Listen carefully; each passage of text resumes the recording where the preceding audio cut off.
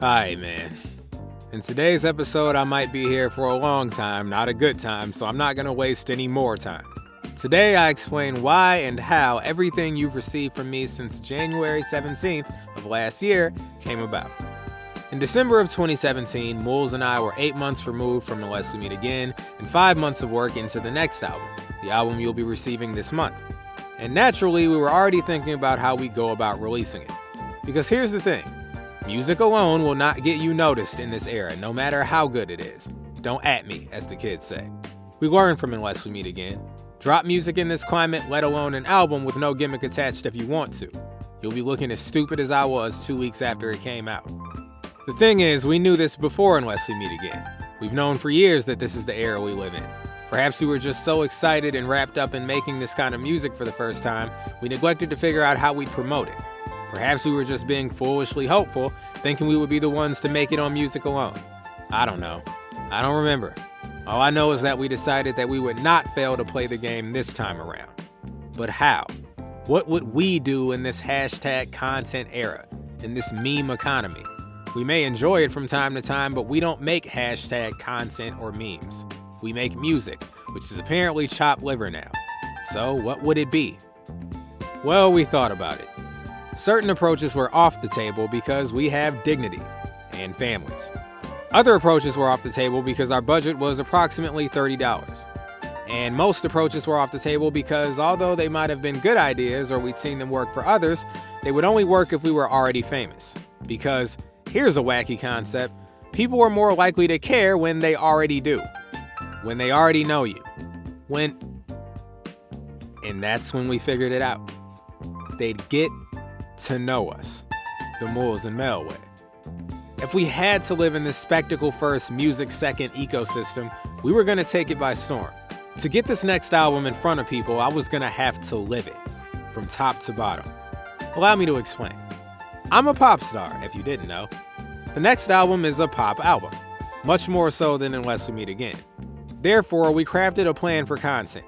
This content would reflect the spirit of the album, and it would play with the idea of what a pop star is and does. To us, that meant presenting me as someone accessible for the masses, digestible for the masses, i.e. PG-13 at worst, and viable for the masses. Constantly. I wouldn't be able to stop or close myself off. A pop star is always in the spotlight, whether they realize it or not. Always there for your entertainment, for better or for worse. So that's just what we did.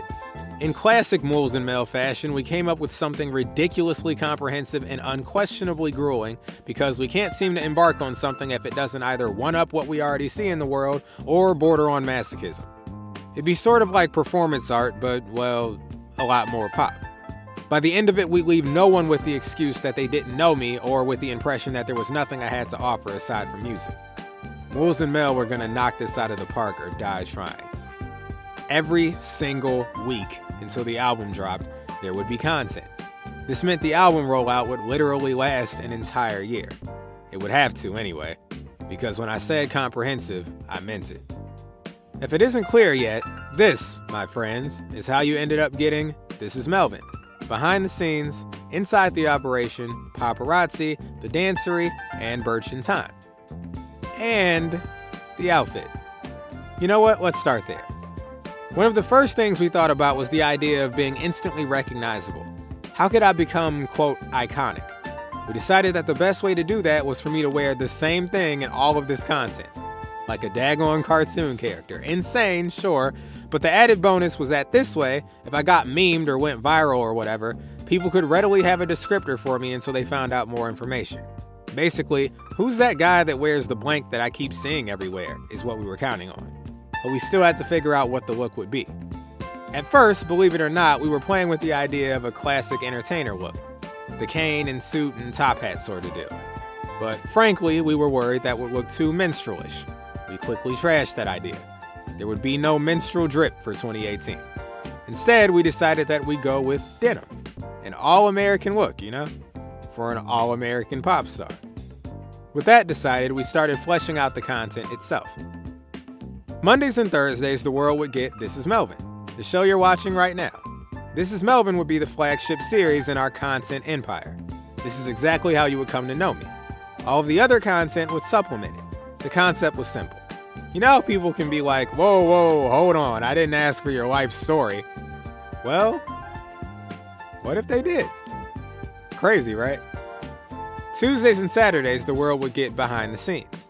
Behind the scenes would play into snippet culture and hopefully keep intrigue around my music going.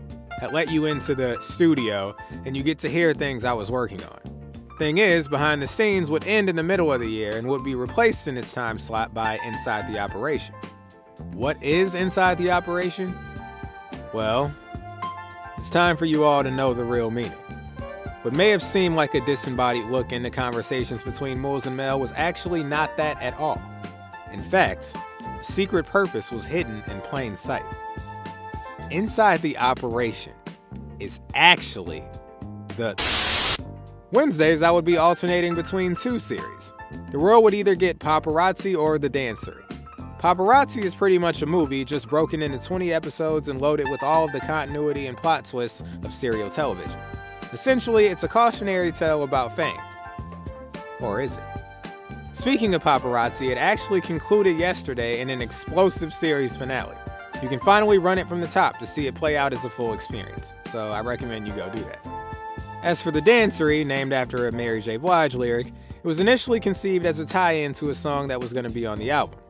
The plan was to reveal that what may have been thought to be just me dancing was actually me workshopping all year to come up with my own dance, a la Crank That Soulja Boy or The Shoot Dance, for a song called The Melvin. Fortunately for you all, we realized that The Melvin was going to end up being forced, so we took it off the album. But we kept the series going because, well, one, we were already months in, and two, it was fun and good exercise. Fridays, the world would get Burch in Time, which was just an excuse to make bad photoshops, mess around with history, and do some creative writing. Honestly, some weeks it's been my favorite series. I low-key love making up absurd stories and lying to y'all every Friday. Sundays, the world would get a special order of nothing. Why? Because I hear you're supposed to rest on that day. And because Moles and Mel ain't crazy. There had to be at least one day we weren't killing ourselves with our daunting undertaking.